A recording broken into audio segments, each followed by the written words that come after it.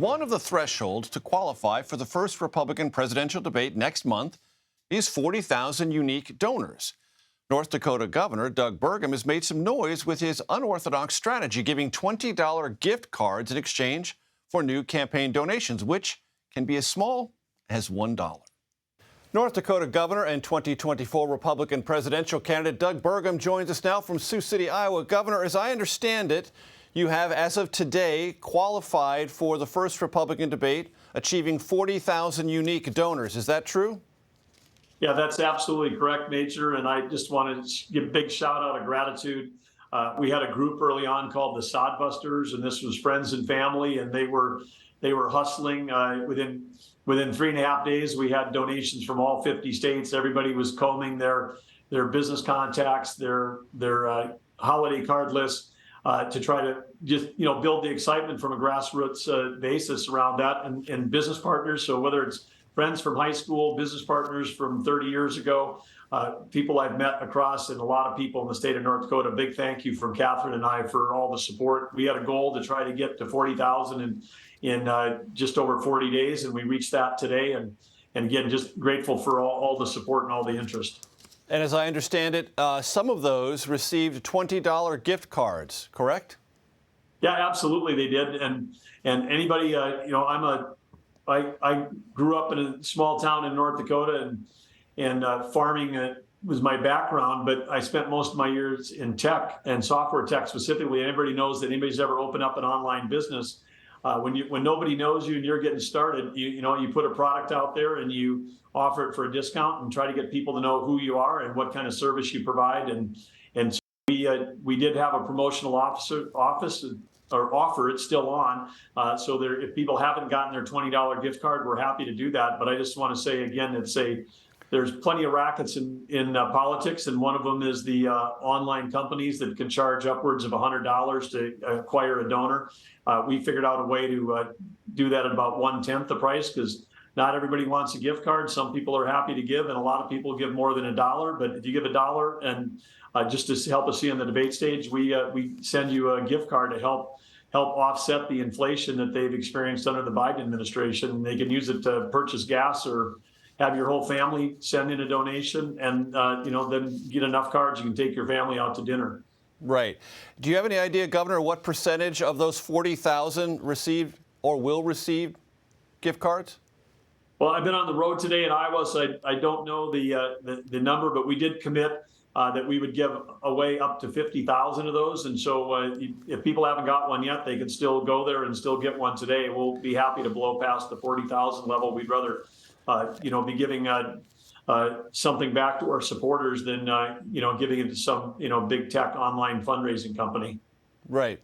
And as I understand it, you're self-financing, so essentially they're getting money directly from you.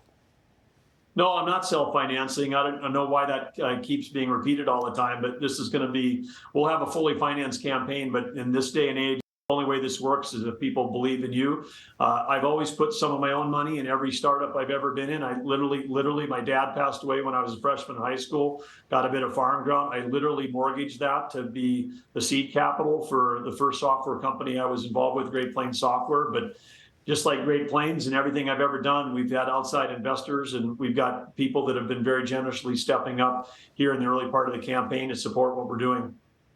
Is there anything from your vantage point, Governor, that is even nominally absurd is probably too strong a word, but distracting about this 40,000 donor threshold that the Republican National Committee has established to get on the debate stage? Couldn't you be spending your time and efforts better? Well, absolutely. The good news is I haven't had to spend much time on it because we had I'd say a good, entrepreneurial approach to, solving this problem. And we just said, hey, it's a checkbox, we'll check it. But yeah, it's a goofy rule. And it's a goofy rule because it favors people that have, held national office. It favors people that are from large states. It really is against people that might have the right kind of qualities but are less well known. And so again, it's a form of limiting competition and limiting fresh ideas. I think competition is great for the Republican Party. And if some people think that, 12 people is too many, like, oh, it's a crowded field. It's like, hey, when I was a chairman or CEO, if we posted for a job and only 12 people submitted resumes, and some of them weren't even qualified, we'd probably look at each other and say, we better repost because we want to get, 30, 50, or 100 candidates. So it's one of the absurdities of American politics that somehow, people think these fields are crowded when it's the most important job in the world. And like I said, I think competition is what America's been built on. So we'll check the box. We'll be on the debate stage, and we're going to keep charging going forward. We didn't spend a lot of time sweating this one. We've been focused on the issues that matter most to the American public, and that's economy, energy, national security. And we talk about that at every stop. You mentioned qualifications. Are you more qualified than President Trump? Well, I'm not going to make judgments. That's up to the American voters are going to have to decide. We have to make our case. But I think, someone who's got a background as a governor, I understand what federal overreach looks like because I've been on the receiving end. But I've also been a small business owner, and I know what it's like to, cut your own salary to make sure you can make payroll. And I've also, led global businesses, and I understand that we're in competition directly with China, the #2 economy in the world, is trying to overtake us. We're in a Cold War with China. We're in at war with Russia. We just haven't sent troops yet. And so we've got a very unstable world driven by both economic and energy policies that are not just off track, they're 180 degrees in the wrong direction. As governor of a state that's one of the largest food producing and one of the largest energy producing states in the nation, I understand a lot about the global economy, and I understand how to take cost out. In North Dakota, we took $1.7 billion out of a $6 billion budget and ended up delivering better services to the public because there's never been anybody with a software technology, business process improvement background that's ever run for this office. And when we've got 2 million federal employees, having somebody that knows how to take cost out and provide better services, yeah, I'd say that's a great qualification. Is there anything that former President Trump has done from your perspective, Governor, that disqualifies him from the presidency a second time?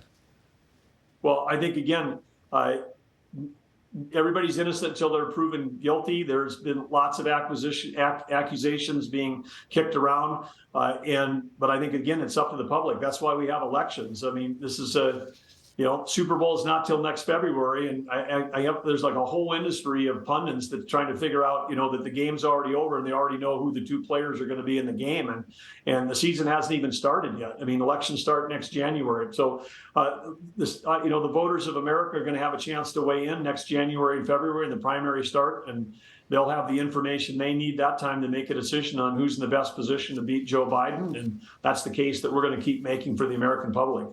And you will not make the case, as you make your case for yourself, Governor, that the former president has already disqualified himself from the office. Well, again, there's plenty of there's an entire industry built around that question, and whether it's clickbait or cable news, I mean, have at it. Governor Doug Burgum, thanks for the time and safe travels. Thank you, Major. Great to be on with you.